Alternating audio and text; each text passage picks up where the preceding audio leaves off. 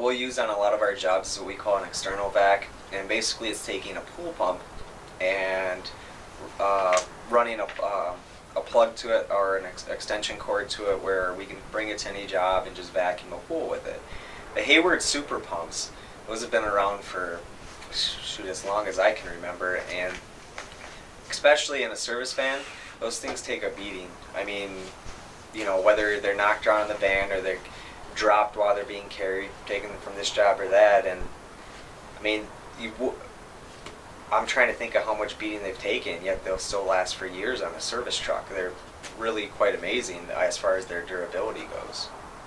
The Hayward heaters have been interesting, where some of their older versions, when they had their millivolt, their standing pilots, those were the worst as far as trying to light them, because not only were they hard to light if you didn't have a sparker that worked, but it was pretty hard to see whether or not it was lit. Some of the, although I will say that they typically ran you could get a good 10 to 20 years out of them without much of any issue.